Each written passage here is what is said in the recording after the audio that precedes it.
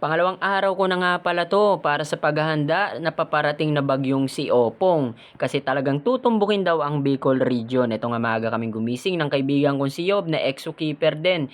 Tinanggal namin yung dingding ng kulungan ng musang ko para kung sakaling malakas ang hangin ay talagang tagos lang. At yan isusunod naman namin yung mga alaga kong iguana. Diyan ko nilalagay yan kapag may masama ang panahon. Diyan lang sa plastic bin na may mga butas naman talagang makakahinga sila. Ang mga susunod na mga eksena yun yung mga pangyayaring di ko inaasahan. Ah. Uy.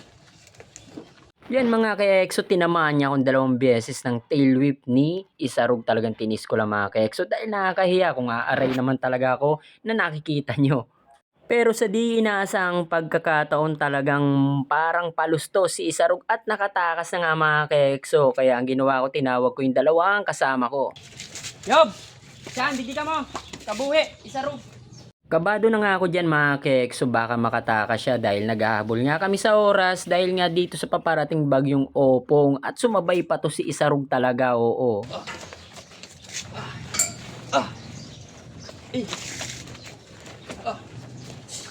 Relax.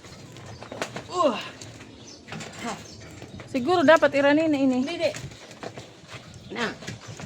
Ay, mo lang. Yan mo lang ako. Ako dapat malaman yung alpha. Hindi yan bababa. Bago pa yan. Nag-ulam si dati.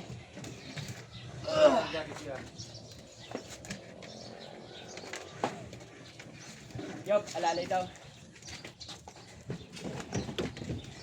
Mga gat. Hindi. Balba mo ng iba. Baba mo dito, Yob. Ganyan, bigyan mo lang siwang. Tinaman ba? 1, 2, 3. Go! Buntot. Hindi, alam ko. Oh!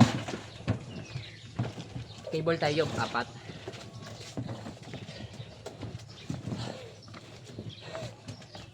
Isa pa. Isa pang ganyan. Ayos!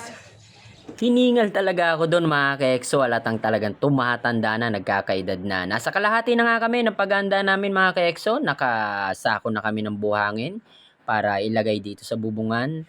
Pabigat kung sakaling malakas ang hangin o tong bagyong Opong. Kasi naranasan na namin mga ka-exo na talagang maubos yung bubong dahil sa sobrang lakas ng mga bagyong dumadaan dito. Kaya maigi o maganda pa na habang maaga pa ay pinaghahandaan din natin mapipigilan yung mga ganitong pangyayari. Kaya ang maganda ay paghandaan talaga. Natapos na nga kami maghanda mga ka-exo, kaya sa mga dadaanan ng bagyong Opong, ingat po tayo mga ka-exo.